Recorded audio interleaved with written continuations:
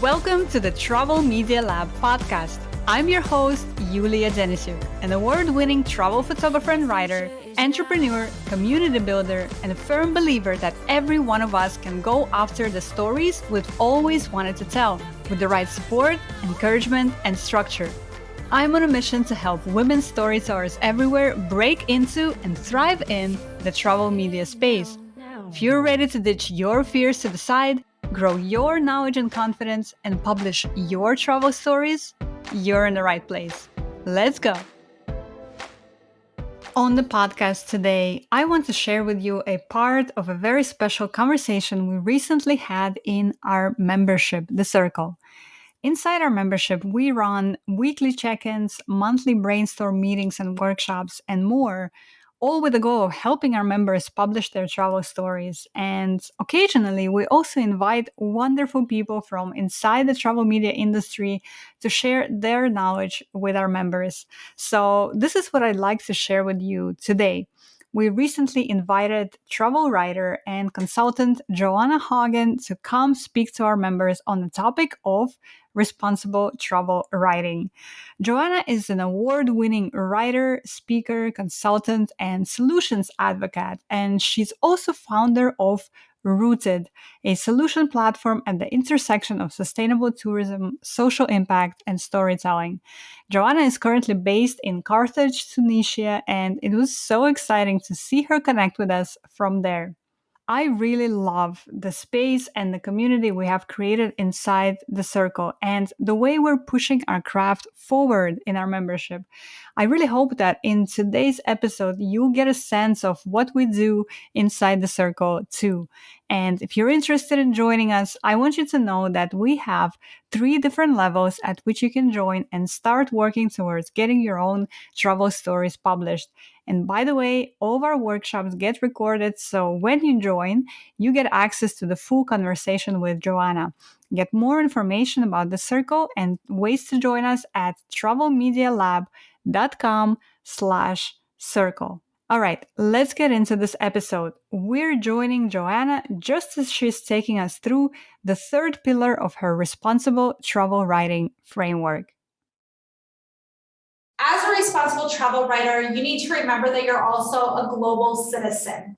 You are a vital conduit of information between the destinations you cover and the people who want to learn about and travel to those destinations. So every decision you make in your work through Pillar 1 and Pillar 2 has a ripple effect. It has a greater impact.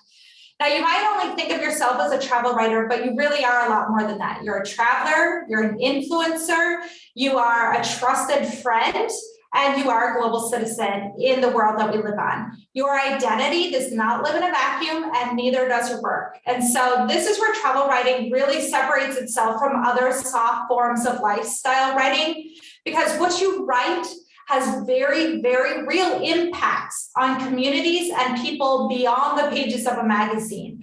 And that means you need to be thinking about how your decision-making as a travel writer both positively and negatively impacts the greater world around us. So what does this bigger picture perspective look like? First, it means thinking about how your decisions are reflected in the context of the climate emergency. So, for example, is it appropriate for you to be flying around the world several times a year? Can you combine press trips or reporting trips with conferences and personal travel? Do you follow your own responsible travel advice, like cutting out single-use plastics when you travel? You have a responsibility to minimize your environmental impact by not putting undue environmental strain on the destinations that you visit. So minimize your food and water waste, eat locally sourced foods, participate in non-destructive activities, and support and promote individuals, businesses, and initiatives that are actively fighting the climate crisis in the places that you work. It also requires being cognizant of how your travel writing helps or hinders sustainable development in the destinations about what you write. So it really should be your intention to minimize negative, harmful impacts while also maximizing positive environmental, financial, social, and cultural impacts. So in the tourism context, sustainability means that travelers shouldn't be contributing to gentrification or systemic models that perpetuate poverty, oppression, or racism in any way. It means you should be mindfully using resources like water and electricity. It means you need to be ensuring local people's health and well-being are prioritizing, doing minimal damage to all aspects of the environment, being an ally and doing what you can to minimize any inequality, supporting initiatives that promote economic growth for local people, being responsible consumers, and minimizing your waste consumption. Now, as a travel writer in the travel space, the words you use and the choices you make impact the decisions that travelers are going to make as well. So to realize sustainable tourism, travel writers must promote and encourage sustainable practices. For example, are you aware of your financial impact on the local community if you stay at an international hotel brand? And do you make it a point to support and promote local initiatives and businesses over international ones as a writer, as a traveler, and as a citizen of the world? Now let's talk about press trips. For many, many travel writers, press trips are necessary to sustain a career. Travel writing, I don't think I need to tell you, is not a lucrative sector of the publishing industry, and it can be very costly to cover all the expenses affiliated with traveling. Press trips are also controversial. There is often an unspoken expectation that writers, quote unquote, owe their hosts coverage. And this leads to the belief that travel writers can't be objective in their coverage. It has subsequently led several publications to forbid writers from taking or writing about experiences from press trips. And unfortunately, this in turn has led to the dark underbelly in the industry where writers practice a don't ask, don't tell policy, whereby they simply don't let their editors know that their travel has been compensated by an outside source. Being a responsible travel writer means acting ethically throughout the press trip process. So before the trip, you have a responsibility to be clear with your hosts about your expectations, to research the destination for context. And going back to that question Yulia asked, how do we look beyond the tourism board? This means thinking about that before you go on the press trip and doing that research. And questioning activities on the itinerary that raise red flags, like the swimming of dolphins that I always sat in the back of my mind. On press trips, I want you to look for the story beyond the story that your hosts push you toward, and never forget that you are a guest in somebody else's home. And then after the trip, be transparent about how your trip was funded while you're pitching. I want you to actively participate in the editing process to avoid any misrepresentation as well. And we talked about that a little bit. Being upfront with your editors while you're pitching and saying you want to be part of that editing process. Finally, it's important to remember that as a public-facing writer, you are also an influencer of sorts. Even if you don't want to be an influencer, you kind of don't have a choice. Your name is out there, your work is out there, and that means that what you're putting out in the world is influential. Your readers are aware of your actions, which means you need to think about how your responsible travel writing practices are interpreted on social media and other public-facing spaces. Do you model environmental stewardship, cultural awareness, and social sensitivity through your social media accounts? Do you think carefully about your word, imagery, and content choices on every platform that you're using? As a travel writer, you influence your audience. I cannot emphasize that enough. Your work affects how other people travel and the choices that they make on their trips. You impact how they interact with and support local people and institutions. You can influence their environmental footprint and its residual impact on local communities. And you can responsibly model how they should share their stories with friends and family who may also be future travelers down the road. So as a traveler and as a global citizen, your decisions influence how and in what way tourism-related businesses are supported and are able to thrive. You can affect the kinds of tour offerings that other companies are likely to develop and promote. Your work can influence policies enacted to manage and mitigate environmental concerns. and your writing can further the demand created by travelers. So the choices you make in the very, very many roles of your life matter. Do not underestimate that impact, positive or negative, that you can have on this world and as a travel writer.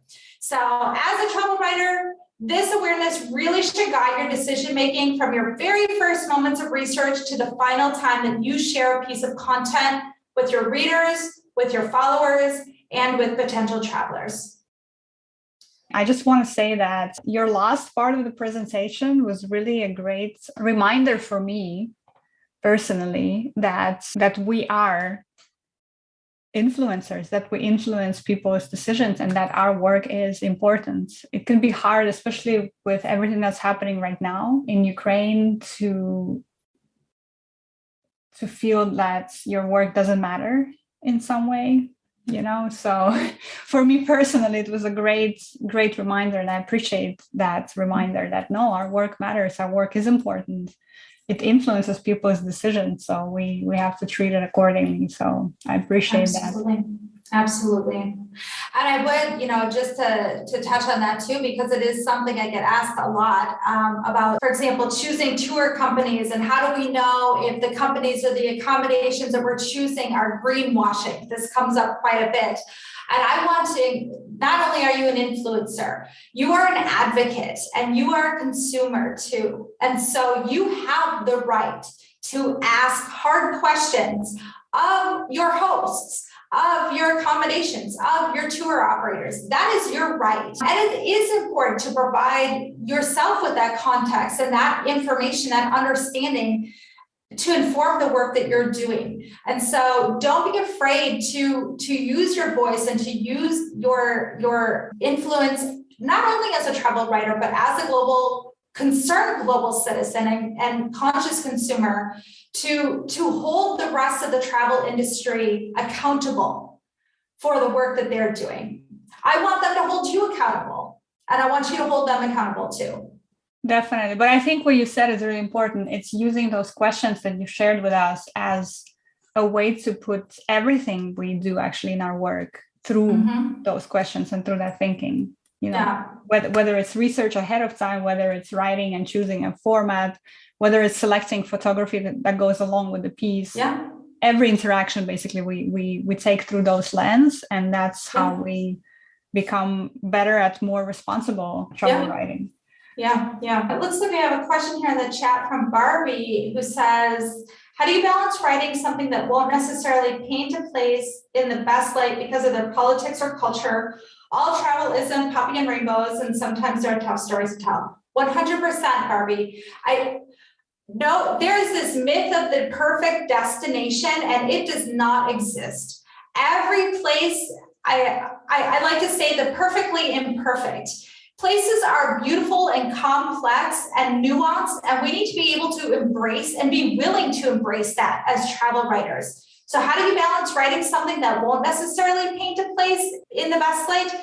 We embrace that and we do it anyway, because it's honest, because it's transparent, because it's reality. And we need to do a better job as travel writers to be more authentic in that kind of way. And travel publications, travel media has come under fire in recent years for doing harm. And I on the daily, I feel like I'm kind of calling out concerning articles to travel media. But I can also tell you that there are publications out there that want to do better, that need more. I mean, they've brought me into their editorial rooms and said, talk to us. Like, we know we're not doing the best we can. How can we do better? And so there is intention out there. But again, you as a travel writer need to advocate for that. You might have an editor who pushes back and says, well, we don't want to depress people. We don't want people to feel like it's, that they aren't welcome here, that they shouldn't go here, whatever. We need to be real. We need to be real. And sometimes travel's ugly, travel's messy, but you know what? The world is a messy place. Look around us, and we need to be really honest about what's happening in the places where we're going And those are also the places that travelers are going. I talk a lot with my clients about how we talk about the climate with travelers, because for a long, long time, we pretended that the climate crisis was something that we worried about at home, but that wasn't a problem when we travel. And now tour operators, for example, are doing a much better job of finding ways to talk about the climate in their work. And so, in our travel writing, we need to be willing to talk about, hey, you know what? Waste is a challenge here. I don't necessarily like to call it a problem, but it's a challenge here. Here are some of the solutions that are being put forth to address that challenge. The great thing about being very real in your writing like this is that life is messy at home. Life is going to be messy when we travel, and actually it gives readers a chance to connect their home life with their travel life. And that's where we can actually see really powerful behavior change on behalf of travelers. And so, how do you balance writing something that's not perfect? Hey, welcome to the world. This is the world we live in. I think it's such an important conversation because, like you said, travel writing has been so guilty for so many years of just, beautifying everything and idealizing. Having stories that idealize a place, or escapism, right? It's just such problematic behaviors. But it's amazing to hear that a lot of editorial rooms are now aware and looking for that more real, that more honest writing and conversations, and that's exciting. Yeah, it is exciting.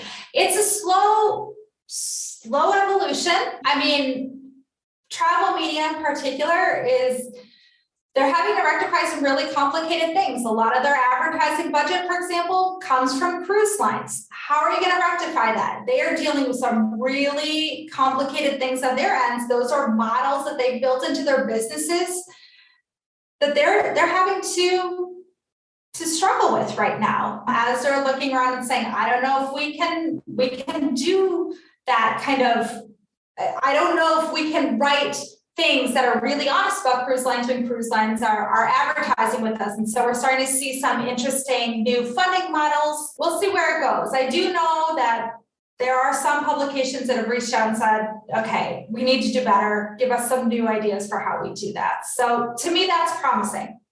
Evolution. Again, I want to encourage you to be an advocate for responsible travel writing. I think people want it. I know people want it. People are conscious consumers now. They want to be more responsible travelers, and the only way they can do that is if they have accurate information. Like I mentioned earlier, you can ask the hard questions. Don't be afraid to ask about a supply chain. Don't be afraid to ask about where your money is going. Don't be afraid to ask how your company is, offsetting your carbon emissions, or what they're doing to ensure that, they're not doing anything harmful to wildlife. There is a lot of greenwashing out there, and we need to both ask hard questions, share when we have found those companies that are legitimately doing good work, and actively avoid those companies that are not doing good work. Like I said, you help create demand. And so when you're writing an article, call out and amplify those companies that are doing good work. Then we're going to influence people to use those services. What we don't want to do is, because we feel like we have to, because we went there on a press trip, write about something that actually is harmful. And so asking questions is honestly, it is your best defense. Companies that are not greenwashing will gladly and happily and excitedly tell you about what they're doing, because they're investing a lot of money and they're investing a lot of time to make sure they're doing it right. There's a good article. Which cruise lines are really doing an effort? Yeah. And there are there are decent cruise lines out there. And so again, I wouldn't write it all off, because we do need to make that balance, right? Like, for example, we talk about flying. Should we fly? Well, maybe we should be making these short haul flights, but there are small island nations that rely on these flights. So when we think about being an environmental ambassador, how can we make sure that we're maximizing the positive impact of anything that we're doing while minimizing the negative impact, right? It's all a balance. There's no perfect answer. There's no, perfect solution to this, but we should be always thinking about these things in the course of our work. For sure. No, it's messy and complicated, but yeah. Life is messy and complicated. Yeah. Take your readers on that journey with you. Yeah. Definitely. Well, and thank Shelley, you. It's been great. sorry. Yeah. No, it's good. Just saying thanks. Definitely. And Shelley, who had to drop out, says that she found it so interesting and enjoy thinking about how she travels and how she represents places in images and writing. Yeah, I think for all of us, this has been a really great workshop and a great reminder for us to be thinking about these questions all the time, not just when we sit down to write something, but way before, during, and after as well. Well, if anybody has any questions, I would like to invite you to pop over to rootedstorytelling.com. Feel free to drop me a note on the contact form there. Like I said, I'm on Instagram, happy to answer questions. I want you to succeed. I want you to be ambassadors and responsible travel writers. And so I'm happy to answer any other questions you might have that come up while you're going through this process. Amazing. Thank you so much. Thank you so much, JoAnna. It was wonderful to have you. And just last question before we end today. What is the most exciting thing for you about living in Carthage, Tunisia at this point? Well, that's a really great question. So what I love here is the history. It is so embedded in where I live. This is such an old part of the world. I'm just barely scraping the surface here. But like right down the road are these ancient baths. I have a column in my backyard that's just, it's there, but it's like this everywhere. We just have like mosaics sitting around and it's everywhere where it's just part of life. And it blows my mind to think about how old and how long people have been here. And it also gives me a lot of hope, especially when we look at the world today. Sometimes I struggle and I'm like, oh gosh, I don't know if I can make it through another day. And then I remember that people are resilient. They've been through conflict before. They've been through very difficult times. And so I see that in the place that I live. And that's a very exciting thing. It's a wonderful thing to close on, I think, for all of us right now. So appreciate that, JoAnna. Thank you so much. Of course. Thank you for having me today. It was so wonderful to spend time with you all. Thank you so much for listening today, dear listeners. I hope you enjoyed the conversation with JoAnna Haugen, and if so, please consider leaving us a review so that more listeners could find our show. I can't stress how important it is for us to get reviews of our podcast. I really talk about it on every episode, but it really helps us to get in front of more people who might enjoy our show. So if you've been inspired by something you heard today in our conversation with JoAnna or in any other episodes of our show, please consider leaving us your review. This is one of the best ways you can support our podcast. And don't forget, you can hear the rest of what JoAnna had to share with us on the topic of responsible travel writing when you join us inside the circle. Visit travelmedialab.com/circle to learn more about how our membership can help you with your goals. Thanks again, and I'll see you next week.